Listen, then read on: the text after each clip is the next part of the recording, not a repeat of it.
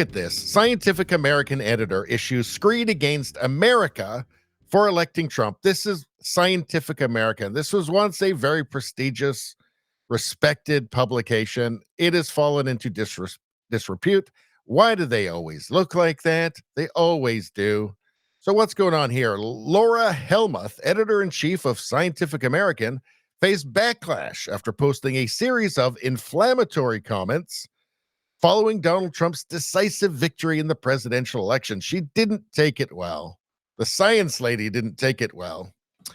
In posts made on Blue Sky, because of course she ran away from X because she's afraid of free speech. In posts made on Blue Sky, because of course she's afraid of X, because people say things she doesn't agree with there. In posts made on Blue Sky, because of course she's an authoritarian leftist, because of course she can't handle people disagreeing with her. A social media platform considered an alternative to X, Helmuth accused her home state of Indiana of being racist and sexist for voting for Trump. She's got nothing else. The rational-minded editor of Scientific American, this lady here, who's exactly what you would imagine she would look like, just couldn't handle it. The only explanation has to be isms and is. Let's see, where's the actual? So this is Michael Shermer, who is the editor of Skeptic magazine. I wrote a monthly column for Scientific American for 18 years and could not have been prouder to have been part of that 150-year-old standard bearer on science and the search for truth. Those days are gone. Scientific American is now a shill for far-left woke progressives. Here we go. Here's the editor, Laura Helmuth. I apologize to younger voters that my Gen X is so full of fucking fascists. Again, the people who want to protect your constitutional rights are never the fascists. It's kind of the whole opposite of the whole fascist thing. Why don't you know that? Solidarity to everybody whose meanest, dumbest, most bigoted high school classmates are celebrating early results because fuck them to the moon and back. Editor of Scientific American. How interesting. Laura Helmuth. Every 4 years, I remember why I left Indiana, where I grew up, and remember why I respect the people who stayed and are trying to make it less racist and sexist. The moral arc of the universe isn't going to bend itself. Here's an ideologue that is so every institution that gets infected by the woke mind virus is transformed from its original purpose, in this case, informing the public about the latest scientific breakthroughs, latest scientific news, into just simply being a platform, a vehicle for disseminating the woke mind virus and the propaganda that it includes, that it entails. So that's what Scientific American is now. That's what happens with every single institution. Like, remember how universities used to be places where people were taught how to think? Now they're taught what to think. It's the same. It's everywhere. Remember how FEMA used to be about helping people in emergencies? And now it's about equity and deciding, well, who actually deserves the help?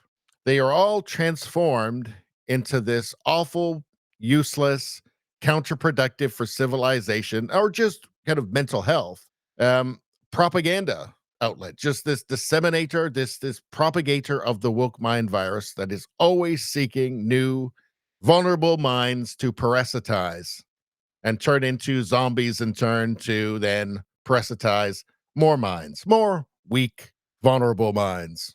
Let's see. How is Scientific American doing, by the way? Let's see. Laura Helmuth has to go. As an editor, it's her job to not let Scientific American become ideological and unscientific, and she has utterly failed. Let's see. So what's this here? Scientific American, the inequity between male and female athletes is a result not of inherent biological differences between the sexes, but of biases in how they are treated in sports. So a total and utter denial of biological reality, right? So Scientific American now is opposed to describing reality accurately. I don't feel like that was its original mission. I don't think that was the original mission statement of Scientific American, to deny reality. This is what science is turning into. So she said she wrote an apology. She said, I made a series of offensive and inappropriate posts on my personal Blue Sky account because I had to run away from X because people said things that I didn't agree with there, and it's scary, and that's fascism. My personal Blue Sky account on election night, and I'm sorry. I respect and value people across the political spectrum. You clearly don't. What did you say? What did you say? I apologize to younger voters that my Gen X is so full of fucking fascists. Let's see. The people you disagree with are the meanest, dumbest, most bigoted high school classmate. So it seems like you don't mean any of this, what you're saying in your apology. Maybe you're just trying to keep your job so that you'll have more opportunity to poison more people's minds with your brain infection. These posts, which I have deleted, do not reflect my beliefs. They clearly do. They were a mistaken expression of shock and confusion about the election results. Mistaken expression of shock and confusion about the election. Well, it was pretty simple. Landslide for Trump. These posts, of course, do not reflect the position of Scientific American or my colleagues. I am committed to civil communication and editorial objectivity. You're clearly not. You've proven that you're not. You should be fired immediately. Gen X is so full of fucking fascists because they didn't vote the way that you wanted, because they voted for somebody who wanted to protect their constitutional rights. You don't understand what fascism is. Why are you editor-in-chief of Scientific American? You clearly know nothing.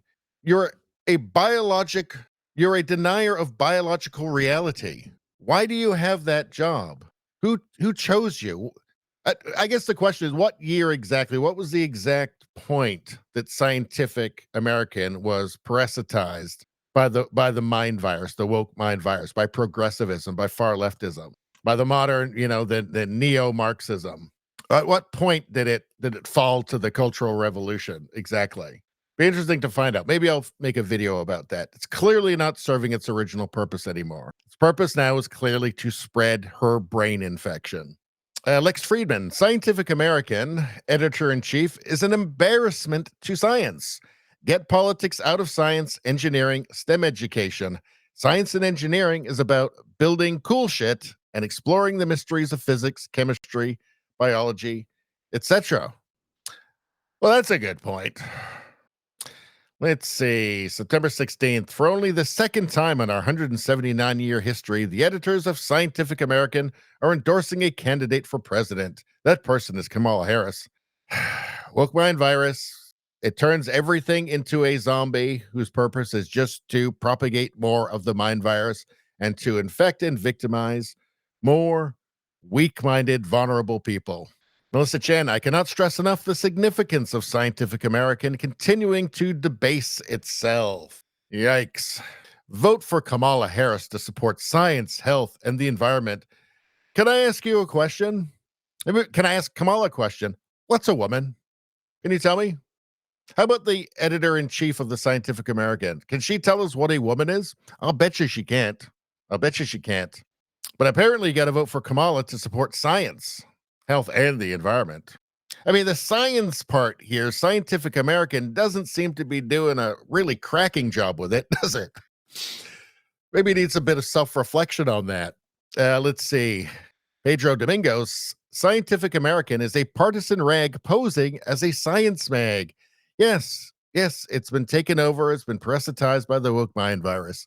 Now its purpose is to spread the woke mind virus. It is now a zombie institution. Just absolutely crazy. How about this? November 8th, 2024. Well, that just came out. That's just yesterday. The impact of weight stigma on health. This is Scientific American. So here's body positivity, healthy at any size. Scientific American, focusing on size in healthcare might be doing more harm than good.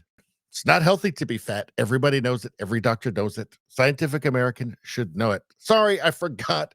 Scientific American has been parasitized by the woke mind virus, and now it simply exists to propagate more of itself. just like the party in 1984. Orwell was pretty smart about this stuff. He knew what he was doing. Anyway, that's all I'm going to say about that. Please like, share, and subscribe. Subscribing really helps me out. I thank you for that. I will see you next time.